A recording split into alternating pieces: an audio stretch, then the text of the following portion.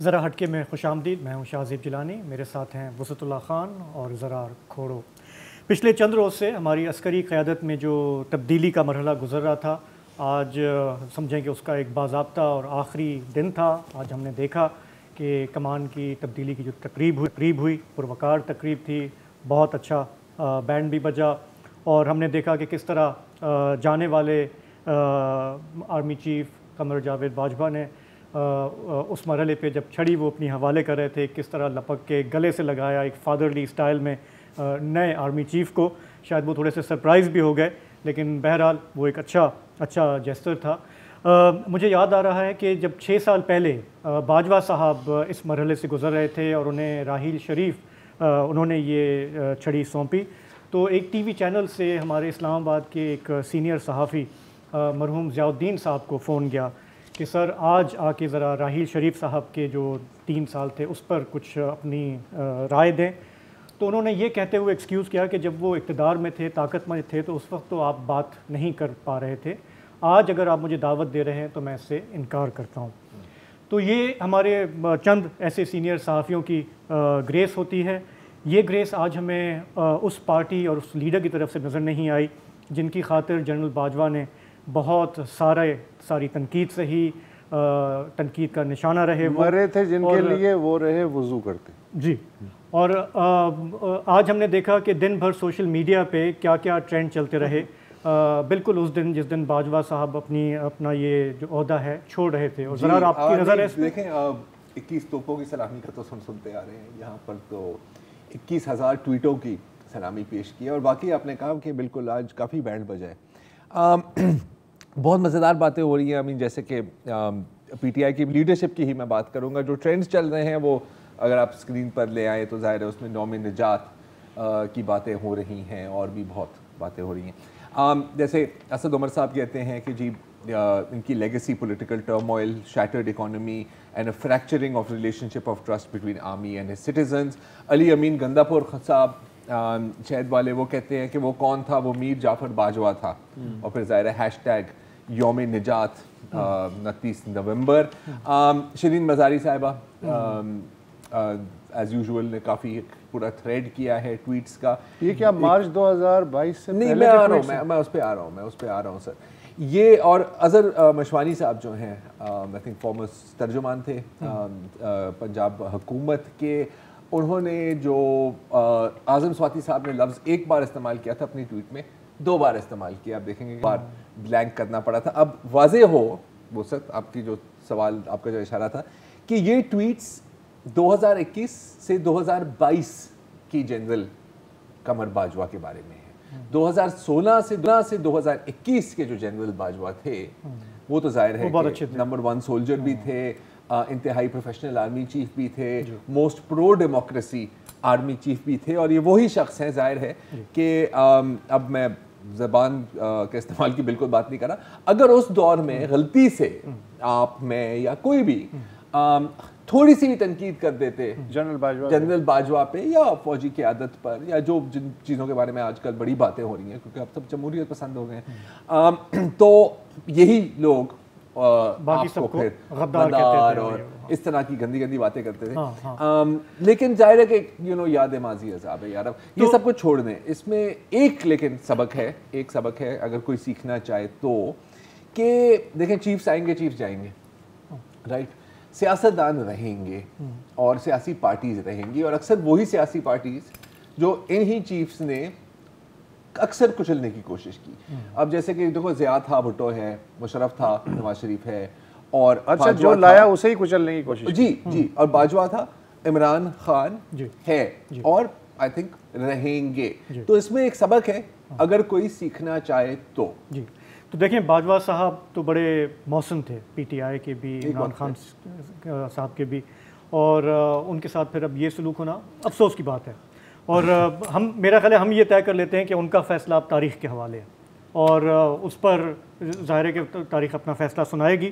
ہم نے پچھلے چند دنوں میں باجوہ صاحب کے حوالے سے تھوڑی بہت ہم نے بات کر لی ہے, لیکن آج جو ہم بات کرنے چاہ رہے ہیں وہ ہمارے جو نئے سپہ سالار آ رہے ہیں, جنرل سعید عاصم منیر.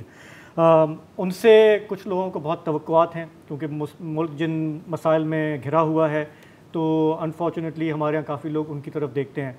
ہمارا یہ خیال ہے کہ ہمیں ان سے بہت زیادہ توقعات نہیں رکھنی چاہیے. وہ اس لیے نہیں کہ وہ ہمیں مایوس کریں گے, بٹ وہ اس لیے کہ وہ ان کا رول نہیں ہے. لیکن یہ بات ہم کہہ تو سکتے ہیں, لیکن ریالٹی جو ہے اس کے برعکس ہے. آپ کی جو سیاسی جماعتیں ہیں, لیکن رول سے بھی آگے کی بات ہے. میرا خیال ہے کہ کنسٹرینٹس بھی بہت ہیں. ٹھیک ہے, جیسے اب اگر ہم بات کریں نا, ہم چیلنجز کی بات کرتے ہیں, مجھے پتا ہے کوئی لفظ اچھا نہیں لگتا اب, وہ بہت اوور یوز ہو گیا.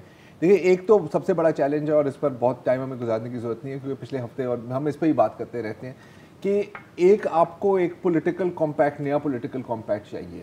جو ابھی جو سیاسی بحران ہے, جس سے پھر معاشی بحران مزید برائی کی طرف جاتا ہے, آپ کو آ کے بیٹھنا ہے اور کہیں نہ کہیں کوئی نہ کوئی پولیٹیکل سیٹلمنٹ آپ کو کرنی ہے. اس کا یہ مطلب نہیں ہے کہ آپ ایک دوسرے کے گھرانوں میں رشتے دیں گے یا ایک دوسرے سے محبت کر دیں گے, لیکن ایک ورکنگ ریلیشن شپ اسٹیبلش کرنے کی ضرورت ہے ریاست چلانے کے لیے. اچھا, اب اکثر اس میں پھر نگاہ ہوتی ہے آرمی چیف کی طرف کہ سر آپ بڑے ہیں, آپ ہی بیٹھ کے سب کو ملائیں. لیکن جب اتنی ایکسٹریم پوزیشنز ہیں, اب جیسے کہ فار ایگزامپل خان صاحب تو کسی بھی حالت میں ان سے نہیں بیٹھے گا, ان کے ساتھ نہیں بیٹھے گا. اگر بیٹھے گا تو کہیں گے کہ جی یار آپ الیکشنز کرائیں. آج جو آپ نے ابھی ٹویٹرز کی بات کی کہ 2100 ٹویٹرز کی سلامی دی گئی, 21,000, جی 21 لاکھ کر چلو. اچھا, یہ آپ کے خیال میں یہ جنرل باجوہ کو سلامی دی گئی؟ اس میں آنے والے کے لیے بھی نشانی ہے, آنے والے کے لیے بھی یہ بیسیکلی آنے والے کو بھی سگنل دیا گیا کہ بھائی صاحب دیکھ رہے ہیں نا, ایسا ہے, دیکھ رہے ہیں, ایسا ہے, دیکھ رہے ہیں نا. تو ایک ظاہر ہے کہ ایک نیا اسٹائل ہے پریشر کا. اچھا, اور وہ جہاں پلیز کنٹینیو کہ فلیکسیبلٹی چاہیے ہوتی ہے میز پہ بیٹھنے کے لیے. نہیں, فلیکسیبلٹی. اچھا اب دیکھیں, اب اس میں اگر ان کی طرف لوگوں نے اشارہ کیا کہ سر آپ کریں, تو پھر آپ پارٹی بن جاتے ہیں, چاہے یا آپ نہ چاہیں. بیکاز خان صاحب کی پوزیشن ظاہر ہے کہ کلیئر پوزیشن ہے, اور اس میں کچھ وزن بھی ہے کہ یار الیکشنز کراؤ, الیکشنز کراؤ, الیکشنز کراؤ. کل ہی فواد چودھری نے میرا خیال ہے کہا ہے کہ یہ جو سیاسی لاشیں ہیں زرداری صاحب کی اور نواز شریف صاحب کی, یار الیکشن کراؤ کا نعرہ تو بہت اچھا ہے خان صاحب کا, لیکن خان صاحب سول ملٹری ریلیشن شپ پہ آج تک کوئی کلیئر کاٹ بات معزول ہونے کے بعد سامنے نہیں آئی کہ وہ ایک لائن کھینچنا چاہ رہے ہیں کہ آئندہ سول بالکل الگ ہوں گے اور ملٹری بالکل الگ ہوگی. وہ لائن مجھے نظر نہیں آ رہی. آپ کو کسی سے نظر آ رہی ہے؟ آپ کو کسی سے بھی نظر آ رہی ہے اس وقت؟ تو نہیں, میرا سوال جو ہے وہ تھوڑا سا مختلف ہے. مجھے یہ ہے کہ اس وقت ایک تضاد نظر آتا ہے بحیثیت قوم ہمارے سٹانس میں, کہ ایک طرف تو ہم چاہتے ہیں کہ جی کہ آرمی واقعی میں نیوٹرل ہو جائے, وہ پیچھے ہٹ جائے, وہ سیاسی معاملات کو مینیج نہ کرے. لیکن جب بھی پھر آپ کی سیاستدانوں سے بات ہوتی ہے, کاروباری لوگوں سے بات ہوتی ہے, وہ کہتے ہیں جی یہ ایک آرمی چیف ہی ہیں جو ان کو بٹھا سکتے ہیں, مسئلہ حل کر سکتے ہیں. ہمیں یہ ڈیسائیڈ کرنا ہوگا. دیکھیں ابھی جو نئے آرمی چیف آ رہے ہیں, ابھی ہمیں ان کی شخصیت, ان کی پرسنالٹی, ان کے ویژن کا کچھ پتہ نہیں ہے. وہ آہستہ آہستہ پتہ چلے گا جب یہ اپائنٹمنٹس کریں گے. لیکن ہوتا کیا ہے, ٹپکلی ایک آرگنائزیشن میں بھی اگر باس چینج ہوتا ہے کیا ہوتا ہے, آپ کو آ کے لوگ گھیرتے ہیں نا, اور وہ کہتے ہیں سر آپ ہی کریں گے جو بھی کریں گے, یہ ان سے نہیں سنبھل رہا, معیشت ڈوب رہی ہے, سیاست کا یہ ہو رہا ہے, فلاں کو بھی آپ سمجھائیں گے, آپ ہچکچائیں گے, آپ بولیں گے نہیں نہیں یہ میرا رول نہیں ہے, ہمیں اپنے سیکیورٹی معاملات دیکھنے ہیں.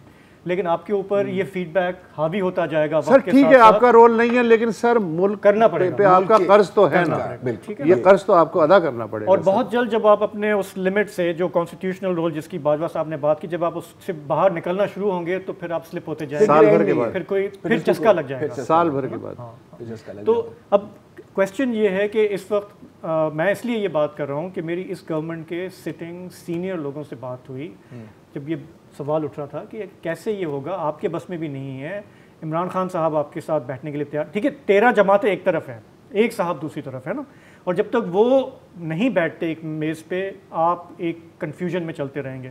انہوں نے کہا جی یہ نئے چیف آئیں گے تو ان سے ہم ریکویسٹ کریں گے. تو میں نے کہا ایک طرف آپ کہتے ہیں ووٹ کو عزت دو, پھر دوسری طرف آپ کہتے ہیں کہ آپ چیف کو آپ گھسیٹ کے لائیں گے پالیٹکس میں, آپ اس سے یہ التجا کریں گے, تو کیسے ہوگا؟ لیکن پتہ ہے اس میں پتہ کیا ہے کہ اگرچہ ہم یہ بات مان بھی لیں کہ فوجی جو ٹاپ آرمی کی لیڈرشپ ہے وہ نہیں چاہتی سیاست میں انوالو ہونا, انوالو ہونے کا مطلب بھی کیا ہے. میرا خیال ہے کہ اس کشتی کو ٹرن کرنے میں بھی بہت ٹائم لگے گا اگر آپ ٹرن کرنا بھی چاہتے ہیں. تو یہ جو رولز ہیں یہ کنٹینیو کریں گے. اس کو لائٹ سوئچ نہیں ہے یار کہ آپ نے آن کر دیا لائٹ آف ہو گئی, آف کر دیا لائٹ آف ہو گئی, ایسا نہیں ہے نا, ایک پورا پروسیس ہے. جہاں تک اگر ہم واپس آئیں کہ آپ نے کہا کہ یار 13 پارٹیاں ایک طرف ہے، خان صاحب ایک طرف ہے. یا مجھے بتائیں کہ کیا پولیٹیکل انسینٹیو ہے خان صاحب کے ساتھ ان کے ساتھ بیٹھنے کا؟ کیا مطلب فائدہ کیا ہے؟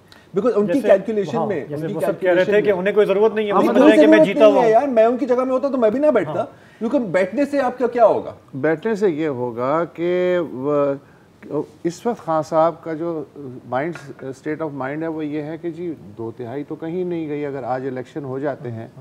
تو جب مجھ سے یہ کہا جاتا ہے جی وسیع تر ڈائیلاگ کریں اور مفاہمت کی سیاست کریں، بھائی کیوں کروں؟ اس لیے کہ لوگ تو میرے دیوانے ہیں، آج آپ الیکشن کرا لیں میں ان کو جھاڑو پھیر دوں گا.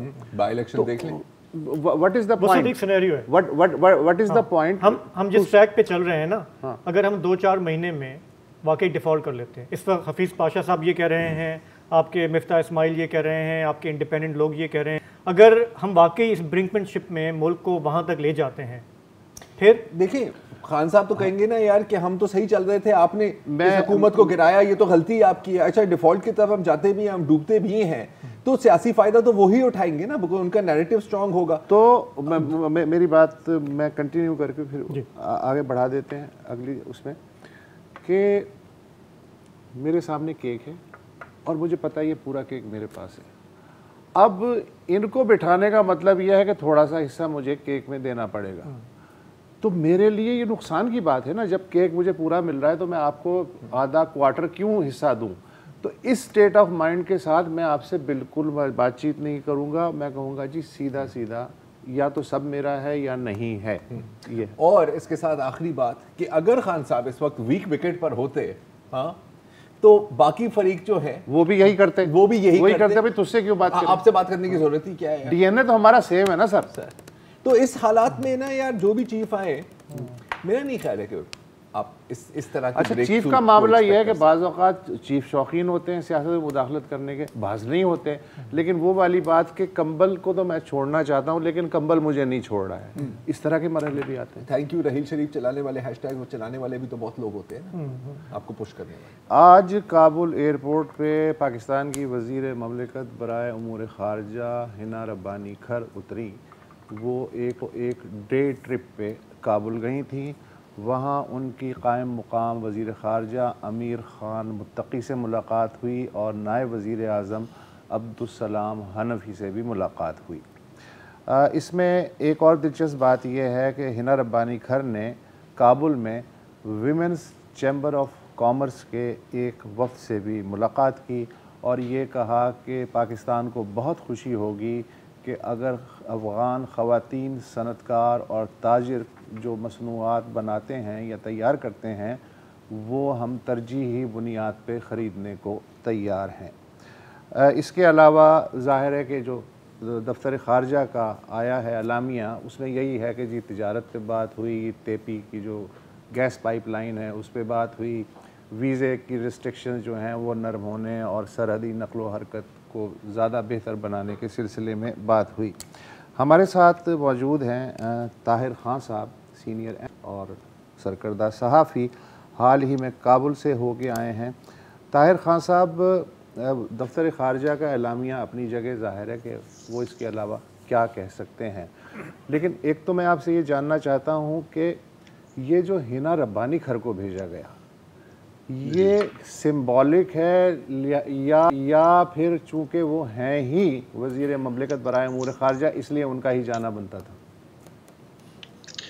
بہت شکریہ آپ کا مجھے دعوت دینے کی. پہلے میں نے سنا تھا اسلام آباد میں کہ وزیر خارجہ بلاول بھٹو کو بھی بھیجنے کا یہاں ایک تجویز تھی، لیکن معلوم نہیں کہ کیوں وہ نہیں. ممکن ہے کہ یہ جو افغانستان میں خواتین کے جو وہاں پر حقوق کا مسئلہ ہے، دیگر جو تعلیم کا مسئلہ ہے، تو ممکن ہے کہ ایک سمبولک آپ کہہ سکتے ہیں کہ ان کو بتانا تھا. کیونکہ آپ دیکھیں نا بڑی دلچسپ اس پہ افغان سوشل میڈیا پہ وہ ڈسکشن کر رہے ہیں، اس کا وہاں پہنچنا، پھر اس کے مطلب ہے کہ کافی ساری تصاویر لوگوں نے شیئر کی ہے افغان صحافیوں نے جو کافی سارے اب تو افغانستان سے باہر ہیں، اور اس میں افغان طالبان کو بھی کہا گیا ہے کہ وہاں کیا خواتین کی صورتحال ہے. اور ممکن ہے جو آپ نے ذکر کیا جو وہاں پر ویمن چیمبر آف کامرس سے جو ملی ہے وزیر صاحبہ، تو وہ بھی شاید ایک میسج پاکستان کی طرف سے ایک کنوے بھی کرنا تھا. لیکن اچھی بات ہے کہ اگر خواتین کے وہاں پروڈکٹس ہو، مصنوعات ہو، لیکن جو مردوں کی تنظیم ہے Pakistan Afghanistan joint chamber of commerce, ان کے تو بہت بڑے گلے شکوے ہیں. تو بہرحال چلو اچھی بات ہے. لیکن اب 2 ملاقاتوں کا آپ نے ذکر کیا. ابھی ایک افغان میڈیا پہ ایک خبر چل رہی ہے، مجھے نہیں پتا کہ وہ درست ہے کہ صحیح ہے، لیکن وہ یہ ہے کہ وزیر دفاع طالبان کے جو ہیں انہوں نے ملنے سے انکار کیا ہے. اچھا، انار ابانی کا ملا یعقوب نے، جو ملا عمر کے بیٹے ہیں اور پاکستان کے حوالے سے ان کے یعنی یہ ملا یعقوب کی ملاقات شیڈیولڈ تھی؟ یہ تو معلوم نہیں. پاکستان کا ایک مسئلہ تو ہمارا ہے، وہ تو ماننا پڑے گا کہ ہمارے لوگ جو ہے یہاں پہ بیانات، جس طرح آپ نے ذکر کیا نا بیان کا، آپ افغانستان جو متقی سے ملاقات کے بعد ان کا بیان آیا ہے، ان کو بھی آپ پڑھیں، ان کے انگریزی میں ترجمہ آیا ہوا ہوگا، پشتو میں تھا، اور ہمارے بیان کو پڑھیں. ہمارے بیانات میں پاکستان میں کافی ساری تبدیلی آ گئی ہے، لیکن جو انفارمیشن ڈپارٹمنٹ کا یہ گھسا پٹا جو سالوں والا پرانا ہے وہی، اور پھر فارن آفس کا بھی، وزارت خارجہ کا بھی، اور حتیٰ کہ SPR کا بھی، ان لوگوں کے تبدیلی نہیں آ رہی. دنیا اگر تبدیل بھی ہو جائے، ان کا ایک سٹائل ہے. تو ہمارے بیانات میں حالانکہ آپ کے خیال میں کیا بیان ہونا چاہیے تھا؟ بات کیا ہوئی ان دونوں کے درمیان، ان تینوں چاروں کے درمیان کیا بیان ہونا چاہیے تھا جو مسنگ ہے؟ افغانستان کے بیان میں ہے کہ ایک نئے میکینزم، جو ڈائلاگ ہے، جو مشکلات ہے، جو مسائل ہے، جو تنازعات ہیں، ان کے حل کرنے کے لیے ایک میکینزم پہ دونوں فریقوں نے اتفاق کیا ہے، اور میری نظر میں یہ اہم ہے. لیکن اگر ایک فریق کہے، ایک افغانستان کہے اور ہمارے والے خاموش رہے، ہمارے والے میں وہی جس طرح آپ نے کہا کہ یہ اقتصادی اور تجارت اور ٹرانزٹ اور فلاں اور اس پہ بات ہوگی، اصل مسائل بھی یہ بھی ہے. لیکن پاکستان کے لیے مسئلہ کیا ہے؟ پاکستان کے لیے مسئلہ اس وقت ہے یہاں پہ بارڈر کا مسئلہ ہے، سیکیورٹی وہاں پر بہت زیادہ فریجائل ہے، بہت زیادہ کمزور ہے، بڑے واقعات ہوئے ہیں. TTP نے اب اعلان کیا ہے کہ وہ حملے کریں گے. اب یہ مسئلہ ہے کہ یہ مسئلہ تو ہوا ہوگا مذاکرات میں، لیکن اشارہ بھی نہیں دیا گیا، سیکیورٹی کا بھی اس طرح ذکر نہیں کیا گیا، سیکیورٹی معاملات کا. تو میں یہی کہہ رہا ہوں کہ پاکستانی عوام کو، ہمارے ادارے، وزارت خارجہ، دیگر، یہ عوام کو بھی کچھ سمجھے. اگر افغانستان میں وہاں پر 14-15 مہینے ہو گئے طالبان کی، ان کا بیان ہم سے ہے کہ ایک فیصلے کیا ہوئے ہیں، انہوں نے اپنے ہر چیز کا ذکر کیا ہے، ویزوں کا ذکر کیا ہے کہ مشکلات ہے، مسافروں کا ذکر کیا ہے کہ مشکلات ہے، اپنے قیدیوں کا ذکر کیا ہے جو افغان یہاں پہ ہے. ہمارے بیان میں کچھ بھی نہیں ہے. طاہر صاحب، میں یہ جاننا چاہ رہا ہوں کہ چونکہ آپ ابھی حال ہی میں کابل سے ہو کر بھی آئے ہیں، آپ کی کیا انڈرسٹینڈنگ ہے؟ ایک توقع یہ تھی کہ طالبان آئیں گے تو ہمارا یہ بارڈر سیکیور ہو جائے گا، وہ تو نہیں ہوا. اس وقت طالبان نے بظاہر TTP وغیرہ پہ کیوں ہلکا ہاتھ رکھا ہوا ہے؟ مسئلہ یہ ہے، ہم غلطیاں کرتے ہیں، ہم اپنے لوگوں کو مس لیڈ، گمراہ کرتے ہیں، ماضی میں بھی کرتے رہے ہیں. حقائق اس طرح نہیں ہوتے. ہم کہا کرتے تھے کہ اب کیا ہم ماضی میں جائیں گے، لیکن ہم حقائق کو چھپاتے ہیں، اور یہی لوگوں کو یہاں پر بتاتے ہیں کہ بس افغانستان میں طالبان آ گئے ہیں، اب مسائل حل ہو گئے ہیں. مسائل حل نہیں ہوئے، مسائل پیچیدہ ہو گئے ہیں. اب اگر ہم کہتے ہیں کہ TTP کا مسئلہ افغان طالبان ہمارے لیے حل کریں گے، تو میری نظر میں یہ ایک غلط سوچ ہے. TTP کا مسئلہ ہمارا ہے، اور ہاں اس میں کوئی شک نہیں ہے کہ ان کی قیادت، ان کی لیڈرشپ وہ وہاں ہے. اب کس طریقے سے ان کو ڈیل کرنا ہے، ہماری جو سوچ ہے کہ بس ان پہ دباؤ ڈالو، یا ان کو تھریٹ کر دو، یا ان کو ڈیڈ لائن دے دو، ایسا نہیں ہوتا، اور ایسا ہوگا بھی نہیں ہے. افغان طالبان، پاکستانی طالبان، ان کی سوچ، ان کی فکر، ان کے نظریات، ان کی ماضی کی دوستیاں، انڈیوالیاں، وہ ایک ہے. اور یہی وجہ ہے کہ ابھی تک وہاں پر میں نے نہیں دیکھا کہ افغان پاکستانی طالبان کے خلاف یا کوئی ایکشن لیا گیا ہے یا کوئی ایکشن لینے کا موڈ ہے. وہاں پر مسٹرسٹ ہے. پاکستان پہ تو کوئی یقین ہی نہیں کرتا، طالبان ہی نہیں کرتے. اور یہ ملا یعقوب والی خبر کا پتہ چل جائے گا. اب تو چلو ایک چینل نے دی ہے، لیکن وہ بھی معلوم ہو جائے گا. تو ابھی تک تو ہم، اور مسٹرسٹ ہم کیسے دور کریں گے؟ نہیں کر سکتے، بالکل بھی نہیں کر سکتے. جب ڈرون حملہ ہوا تو ملا یعقوب کا بیان تھا کہ ڈرون پاکستان سے آتے ہیں. جب شہباز، آج میں نے ایک افغان طلوع ٹی وی میں ایک بات کی ہے کہ وزیر اعظم شہباز شریف کے اقوام متحدہ والے بیان پہ کہ یہاں افغانستان میں جو مسلح گروپ سے تشویش ہے، ان پہ تو اتنی وہاں ڈسکشن ہوئی، طالبان کے سخت بیانات بھی آ گئے، اور چند دن پہلے بھارتی وزیر خارجہ نے ماسکو میں اس سے سخت بیان دیا کہ وہاں پر کیا ہو رہا ہے افغانستان میں، دہشت گرد ہے، گروپ ہے سخت. آپ یقین کیجئے نہ افغان میڈیا نے، نہ کسی افغان انالسٹ نے، نہ افغان طالبان نے ایک لفظ بھی نہیں کہا. شہباز شریف والے بیان سے سخت بیان تھا. اسی لیے ہماری پبلک ڈپلومیسی بھی صفر ہے، ہماری ایمبیسی کا رول کابل میں صفر ہے، ہماری وزارت خارجہ کا اور دیگر اداروں کا جس کا اصل رول ہے اس کا بھی کردار اس طرح مؤثر نہیں ہے کہ ہم ہماری گڈ ول جو ہے گڈ ول ہم اپنی گڈ ول کو بھی وہاں پر اس کا نتیجہ نہیں کر سکتے. لیکن جس طرح آپ بتا رہے ہیں جو یہ تضاد ہے شہباز شریف کے بیان پر تنقید، اور اس سے اگر سخت بیان آئے بھارت کی طرف سے تو اس پہ کچھ نہیں، تو پھر اس سے تو لگتا ہے کہ آپ پروفارما میں کچھ بھی لکھیں میکینزم اپنی کمپلینٹس تو کوئی فرق تو نہیں پڑنے والا، کیونکہ وہ سننے کے لیے تیار ہی نہیں ہے. ایک وقفہ لے لیتے ہیں پھر اس پہ بات کرتے ہیں.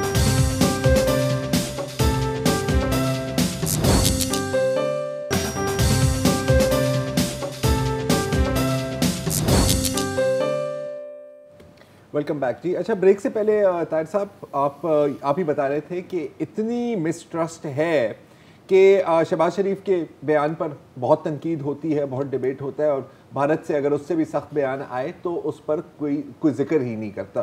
تو اس طرح کی صورتحال میں شاید یہ جو آپ جو بات کر رہے تھے اعلامیے کی کہ اس کے اندر وہی جو ٹپیکل قسم کے الفاظ استعمال کیے گئے ہیں، شاید اس کی ایک وجہ یہ ہے کہ ان کو پتہ ہے کہ اگر کہیں سیکیورٹی اور چیلنجز اور بارڈر اور ٹی ٹی پی کا ذکر کیا تو پھر دوبارہ ڈیبیٹ اس چیز کو ڈی ریل کر دے گا. ایک تو بات یہ ہے. دوسری بات یہ ہے طاہر صاحب کہ اینڈ اسی موقع پر جب چیف آف آرمی اسٹاف نئے چیف آف آرمی اسٹاف آ رہے تھے، باجوہ صاحب جا رہے تھے، تحریک طالبان پاکستان اعلان کرتی ہے آفیشلی کہ اب جنگ بندی ختم ہو گئی ہے. پہلے بھی ان کے حملے چل رہے تھے لیکن اب ڈر یہ ہے کہ وہ مزید شدت اختیار کریں گے. اس بیک گراؤنڈ میں آپ کو کیا لگتا ہے کہ ممکنہ پاکستان کی کیا پالیسی رہے گی آنے والے دنوں میں تحریک طالبان کے حوالے سے؟ اور میں اس لیے اس میں بس ایک چیز کا اضافہ کر دوں کہ آج ہی بیرسٹر سیف صاحب جو خیبر پختونخوا حکومت کے ترجمان ہیں وہ کہتے ہیں کہ جی نہیں، ہم تو ایک بار پھر کوشش کریں گے کہ ٹیبل پر آئیں اور مذاکرات ہوں. ایسی کوئی کوشش کامیاب ہو سکتی ہے آپ کی نظر میں؟ یہ تو ذرا مشکل ہے اس کا جواب، لیکن چند دن پہلے سابق جو سینیٹر ہے جمعیت علماء پاکستان فضل الرحمان گروپ کے صالح شاہ، جو کہ پشتون جرگہ کے ممبر بھی تھے، جو کابل کئی مرتبہ جرگہ گیا ہے، انہوں نے کہا کہ ان کا رابطہ ہوا ہے طالبان سے بھی، اور وہ اس نے درست کہا ہے، اور یہاں حکومتی لوگوں سے بھی، کیونکہ ٹی ٹی پی کے ترجمان سے میں نے خود پوچھا ہے، اس کا مجھے جواب آیا ہے کہ ہاں وہ کابل گئے تھے اور حکومت پاکستان کا ایک پیغام ان کو دیا گیا ہے. یہ نہیں بتایا کہ کیا پیغام ہے. مذاکرات ختم ہونے کا لفظ ان کے اس بیان میں ٹی ٹی پی کا نہیں ہے جب انہوں نے کہا کہ حملے آپ شروع کر دیں اور جہاں بھی کر سکتے ہیں کر لیں، اس میں ختم کا لفظ نہیں ہے. تو ایک راستہ تو ہے. آپ نے جو ذکر کیا خیبر پختونخوا کے وزیر اعلیٰ کے اس کے معاون خصوصی کا، اس کے بیانات بھی کبھی کبھی عجیب سے ہوتے. کبھی کہتے ہیں میں کسی کا نمائندہ نہیں ہوں، میرے پاس اختیار نہیں ہے، میں ایک بندے کی طرح جاتا ہوں. یہ جو غیر سنجیدگی والا ایک ماحول ہوتا ہے کبھی کبھی، یہ کیونکہ میں اب پہلے بھی مثال دی ہے، اپنا مثال دینا ذرا اچھا نہیں لگتا، کوئی بات نہیں، لیکن جب میں ملا جولائی میں وزیر افغانستان کے وزیر داخلہ سے سراج الدین حقانی صاحب سے، تو ہماری نشست میں یہ والا موضوع اہم تھا، کیونکہ وہی میزبان ہے یہ مذاکرات کا، انہوں نے شروع کیا تھا. ان کو بڑا افسوس تھا کہ جو پاکستانی وزراء صاحبان یا دیگر ذمہ داران جو بیانات دیتے ہیں مذاکرات کے حوالے سے، کیونکہ رانا ثناء اللہ صاحب کے ماضی میں بیانات آئے، اس پر کافی سارا مسئلہ ہوا تھا. بیانات میں احتیاط کرنی چاہیے. بیان مجبوری بھی کبھی کبھی ہوتی ہے، لیکن جب اس طرح نازک موقع ہوتا ہے، کیونکہ آپ نے کبھی بیان نہیں دیکھا ہوگا کہ افغان طالبان نے اسی حوالے سے ہاں اس میں تسلیم کیا تھا کہ وہ سہولت کاری کر رہے ہیں، میزبانی کر رہے ہیں. تو اب یہ والا جو نیا سیٹ اپ نئے آرمی چیف آئے، اب دیکھنا پڑے گا، کیونکہ پالیسیاں تو فرد نہیں بناتا، فرد کا رول ضرور ہوتا ہے، لیکن آپ کو پتہ ہے اب میں کیا آپ کو سمجھاؤں یا بتاؤں کہ ادارے بناتے ہیں لیکن اب دیکھنا ہے کہ کیونکہ بلاول بھٹو کا بیان آپ کو یاد ہو چند دن پہلے کہ حکومت کو پالیسی ٹی ٹی پی کے حوالے سے تبدیل کرنی چاہیے. تو اگر یہ والا کیونکہ اس بیان میں اشارہ تھا کہ شاید وہ بھی مطمئن نہیں ہے مذاکرات کے، اس سے مذاکرات عمران خان صاحب نے شروع کیے تھے، پھر اس میں جنرل فیض کا رول تھا، وہ جب آئی کے چیف تھے، پھر جب کور کمانڈر تھے، یہ جو پشتون جرگہ بنایا تھا تو انہوں نے بنایا تھا، وہی بیچتا رہا. اب دیکھنا پڑے گا کہ موجودہ سیٹ اپ جو ہے، کیونکہ ایک جو ہماری بدقسمتی ہے جو سیکیورٹی ایشوز ہے، اس میں پولیٹیکل رول بہت کم ہوتا ہے، اونرشپ کوئی نہیں لیتا. 5 جولائی کو یہاں اجلاس ہوا تھا جس میں فیصلہ کیا تھا کہ آرمی گو ہیڈ کرے، آپ جائیں بات چیت کر. 6 جولائی کو پھر وہاں اجلاس ہوا کابل میں، اور وہ زلزلہ اس وقت آیا تھا تو میں بھی کابل میں تھا. تو اس کے بعد پھر جرگہ گیا 29-30 جولائی کو، لیکن اس کے بعد خاموشی ہے. اور پھر سپٹمبر میں انہوں نے حملے زیادہ کیے، اور کل انہوں نے ایک باضابطہ کہہ بھی دیا ہے کہ جی مزید حملے کرے. تو اب دیکھنا ہے کہ ہم کس طرح ڈیل کریں گے. آیا سنجیدگی سے اس مذاکرات کو واپس ٹریک پہ لاتے ہیں یا جنگ کی طرف جاتے ہیں جس طرح کی ٹی ٹی پی گئی ہے، یہ ابھی دیکھنا پڑے گا. اچھا، اس میں سے مجھے یہ بتائیے طاہر خان صاحب کہ کون سی چیز جو ہے باعث حیرت ہے یا ہمارے لیے نئی ہے. میں یہ جاننا چاہتا ہوں کہ طالبان پچھلی افغان حکومتوں سے کہاں سے مختلف ہیں. اس لیے کہ دوسری طالبان حکومت ہے، ڈیورنٹ لائن کو جو ہے وہ تحریری طور پہ کسی افغان حکومت سے آج تک ظاہر شاہ سے لے کے طالبان تک نہیں منوا سکا پاکستان. اور کوئی بھی افغان حکومت ہو ظاہر شاہ سے لے کے آج کی طالبان حکومت تک، پاکستان کے بارے میں ہمیشہ ان کے شکوک و شبہات رہے ہیں. 75 سال میں بھارت کے بارے میں ہمیشہ ان کا نرم گوشہ رہا ہے، اس کی ظاہر تاریخی وجوہات ہیں. تو حکومتیں بدلتی رہتی ہیں لیکن نظریہ کوئی بھی ہو کابل میں برسر اقتدار، کنٹینیوٹی آف پالیسی تو موجود ہے پچھلے 75 سال سے. تو اس میں نیا کیا ہے؟ دیکھیں نا، نئے آپ کے نئے کا مطلب افغان طالبان کی بات کریں کہ ان کا کیا موقف ہے اسی نہیں یہاں آج کی ڈیٹ تک افغانستان میں جس کی بھی حکومت ہو پالیسی تو ایک چلی آ رہی ہے نا، جس کی بھی حکومت ہو. ہاں بالکل صحیح کہا آپ نے کچھ چیزوں پہ.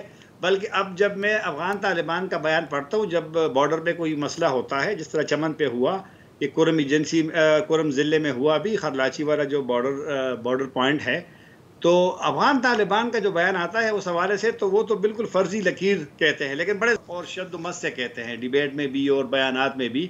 تو اس میں تو کوئی فرق نہیں آیا.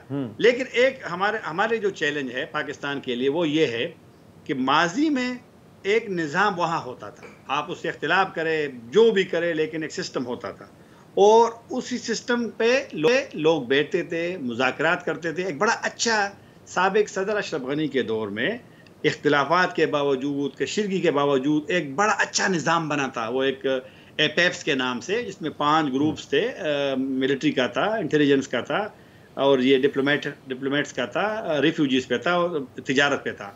اب وہ نظام حالانکہ اتفاق ہوا تھا اس پہ کہ اسی کو جاری رکھیں گے. طالبان جب شاہ محمود قریشی صاحب گئے تھے اور پھر متقی صاحب یہاں جب آئے تھے، لیکن وہ نہیں چل سکا. اس لیے تو آج نئے میکینزم پہ، اب میکینزم کیا ہے؟ ہماری طرف سے تو خاموشی ہے، جس طرح کے ماضی میں بھی ہوتی رہی. تو ہمارے لیے چیلنج ہے، لیکن میں کہہ رہا تھا اور چیلنج زیادہ ہے کیونکہ باڑھ ابھی شروع نہیں ہوئی. باڑھ لگانا، باڑھ تو بہت پہلے شروع ہوئی تھی، اب تو مکمل ہو گئی ہے. لیکن ماضی میں کسی نے باڑھ کو نہیں ہٹایا کسی بھی جگہ سے. اختلاف تھا ان کا بھی، اشرف غنی صاحب کا بھی تھا، لیکن وہ ایک نظام ہوتا. ٹھیک ہے، اس پر اس وقت امریکیوں کا بھی تھوڑا دباؤ تھا کیونکہ وہ بھی چاہ رہے تھے کہ بارڈر سیکیور ہو. طالبان تو سرے سے اس سے بڑے سخت ہیں، اور یہ ایک چیلنج ہے ہمارے لیے کہ کس طریقے سے ہم ان کو ڈیل کریں گے. لیکن کچھ پالیسیوں پہ طالبان اور ماضی حکومتوں کا بالکل ایک ہی موقف تھا، اور اب دیکھنا ہے کہ پاکستان کس طرح حالات کو ڈیل کرتے ہیں. اور ہم نے تو خواتین سے تو انہوں نے وہ کیے ہیں، ملاقات کی ہے وزیر خارجہ نے، لیکن وہاں پہ جو تقریباً 14-15 مہینے ہو گئے، 6ٹھی جماعت سے 12ویں جماعت تک خواتین کے، لڑکیوں کے کالجز بند، جی، اور ہیومن رائٹس کا وہاں مسئلہ. حالانکہ طاہر خان صاحب آپ کا بہت بہت شکریہ، بہت ہی تفصیل سے آپ نے لبے لباب. آئی تھنک یہی ہے کہ وہ کہہ رہے ہیں کہ نئے آرمی چیف آئے ہیں، جو بھی آگے کا لاہے عمل ہوگا، نیا سیٹ اپ کرے گا، اور وہ طے کریں گے. 1947 سے کنٹینیوٹی ہے یار. ہاں کنٹینیوٹی ہے. اور جہاں تک ٹی ٹی پی کی بات ہے یار، ڈے 1 سے جب بھی یہ مذاکرات کی بات ہوئی تھی، بہت دوستوں نے آرگیو کرنے کی کوشش کی کہ یار اب ہمیشہ تو جنگ نہیں لڑ سکتے نا کہیں نہ کہیں، اور کہ ہر کانفلکٹ جو ہوتا ہے وہ آخر کار نیگوشیٹنگ ٹیبل پر ہی ہوتا ہے. یار جن لوگوں کا موقف ہی یہی ہے کہ آپ کے سر قلم کرنے ہیں، ساتھ آپ کی نیگوسیشن نہیں چل سکتی. یا تو آپ ان کو ہرائیں گے یا تو وہ آپ کو ہرائیں گے. دیر از نو مڈل گراؤنڈ ہے, اور یہ میں اس پر بات پر میں قائم. چل ٹھیک ہے, فی الحال یہاں پہ ایک بریک لیتے ہیں, پھر بات کریں گے چین میں مظاہروں کی.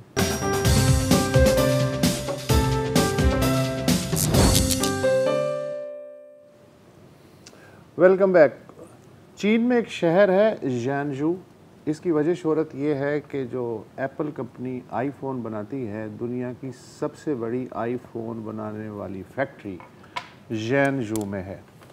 اب سے کوئی 1.5 ہفتے پہلے یہاں ہنگامہ آرائی شروع ہوئی. یہاں پچھلے 1 ماہ سے لاک ڈاؤن ہے. فیکٹری بہت ہی بڑی ہے, ظاہر ہے اس میں ہزاروں ورکرز کام کرتے ہیں. کچھ ورکرز تنگ آ کے لاک ڈاؤن بریک کرتے ہوئے اپنے گھروں کو چلے گئے یا غائب ہو گئے. فیکٹری کے اندر لاک تھے. جی ہاں جی. اچھا, اس کے نتیجے میں جو ورکرز کی جگہ خالی ہوئی, نئے ورکرز جو ہیں وہ عارضی طور پہ بھرتی کیے گئے. پھر اچانک ایک دن افواہ پھیل گئی کہ ان نئے ورکرز کو ان ہاسٹلوں میں, ان کمروں میں رکھا جا رہا ہے جہاں کچھ کووڈ پازیٹیو ورکرز کو رکھا گیا ہے.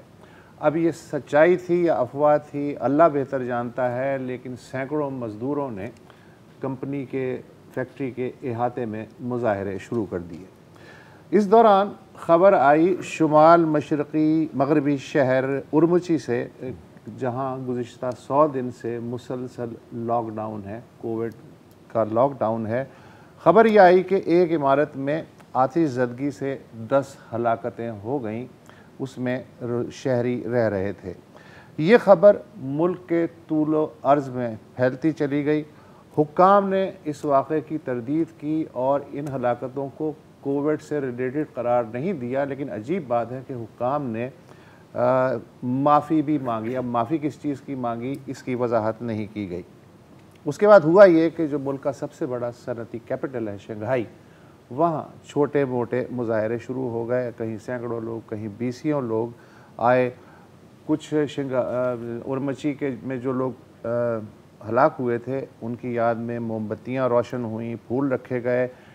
کچھ گروہوں نے سیاسی قیادت جو ہے اس کے خلاف نعرہ زنی بھی کی. پھر اطلاع آئی کہ شنگھائی کے بعد یہ مظاہرے دوسرے شہروں میں پھیل رہے ہیں.